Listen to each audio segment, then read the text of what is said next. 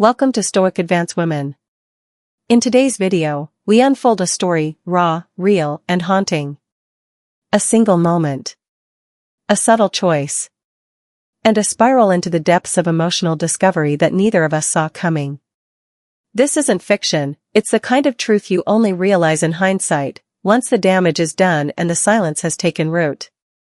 What happened that day changed me, forever. Script Part 1, the door left slightly ajar. Please, wait. Just those words. Simple. Unassuming. But when they echoed in the stillness of that house, they didn't sound like words. They sounded like fate. I never imagined a moment so brief could permanently alter the direction of my life. It was a Tuesday. The sky outside was the same dull gray it had been for weeks. The hum of the refrigerator. The ticking clock. Familiar. Predictable. Yet, as I walked down that hallway and caught a glimpse of that door, slightly ajar, I knew. I felt it. Something was about to change. Something already had. A quiet unease gripped me as I stood frozen at the threshold. My breath caught in my throat, not from fear, not from curiosity, but from the overwhelming pressure of something unseen. For a moment, I considered retreating. Turning around. Pretending I hadn't noticed. But curiosity has its own gravity. And sometimes, courage doesn't come with a roar, it comes with a whisper. I stepped forward. And that's when everything split. Scene, the house. Mark had been sitting at his desk downstairs, silent, slouched beneath the invisible weight of yet another ordinary day. The house was still, too still. The kind of silence that doesn't just wrap around you, it swallows you whole. Shadows draped the walls like lingering regrets. Above, a faint murmur floated down through the ceiling, barely audible, but just enough to stir something inside me. I tilted my head, listening. It was distant. Muffled. But distinct. Not the television. Not music. It was Liam's voice. I climbed the stairs slowly, each step echoing louder than the last. My fingers brushed the rail, grounding me. Yet, nothing could prepare me for what I'd find. His door, ajar. That tiny crack in the doorway felt like an invitation. Or a warning. Or both. A draft slipped through the space, carrying with it something heavier than air. I held my breath. And then I saw him. Scene, Liam's room. Liam sat at the edge of his bed, his body hunched forward in quiet concentration. His laptop glowed with a dim blue light, casting eerie shadows across the room. The screen flickered slightly, illuminating his face in soft, unsettling pulses. He didn't see me. Not yet. His fingers moved with precision, anxious, eager. He was lost in whatever world existed on that screen, unaware of my presence. And for a fleeting moment, I thought, maybe he's watching a movie. Maybe he's gaming. Maybe it's nothing. But then, I shifted. Just a step to the right. And I saw his expression. And everything shattered. The realization. His face, so full of emotion, yet blank in all the wrong places. There was shame there. And confusion. And something else. A tension that didn't belong in the safety of one's private room. A flicker of vulnerability that caught me completely off guard. I felt my chest tighten. Not out of judgment. Not even shock.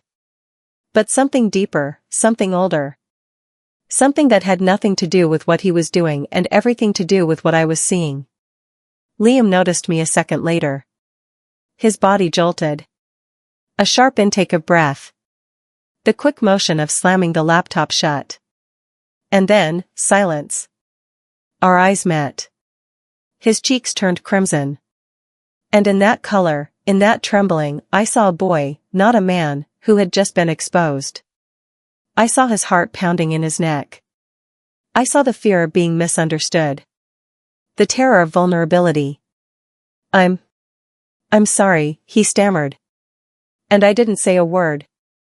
Not because I didn't know what to say, but because I suddenly knew far too much.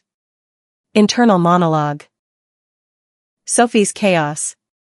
I stood there like a statue carved from anxiety. Every emotion in my body had erupted into 1,000 fractured thoughts. I should have knocked. Why didn't I knock? I could feel the heat in my cheeks, the weight of the moment pressing down on my chest like a stone. But beneath the surface, there was something else. A realization I wasn't ready to name. I ran from the room. My footsteps didn't echo, they screamed. Behind the bathroom door, I collapsed against the wall, pressing my palms to my face as if that could block the storm rising inside me. What did I just see? Why do I feel like this? What have I unleashed, in him, in me? The air around me thickened. I whispered to myself, almost inaudibly. This wasn't supposed to happen. But some things can't be undone. Some thresholds, once crossed, never let you return. Backstory expansion: Liam and Sophie's dynamic. Liam was 23. Just barely on the cusp of manhood. But emotionally, somewhere in that liminal space between boy and man. Old enough to carry burdens, too young to fully understand them. And me? I was 47. A woman who had seen too much. Felt too much. Worn too many masks for too many years. A woman not naive, but not invincible either. There had always been a quiet respect between us. A distance maintained. Not out of fear, but structure. Boundaries. Roles. Unspoken agreements. But slowly, unknowingly, the lines had started to blur. Symbolism: the invisible wall. There had always been a wall between us, an invisible one. A safety barrier. A line in the sand that kept everything where it belonged. Or so I believed. But that day, that moment, cracked the wall. And a crack, once made, always spreads. Foreshadowing.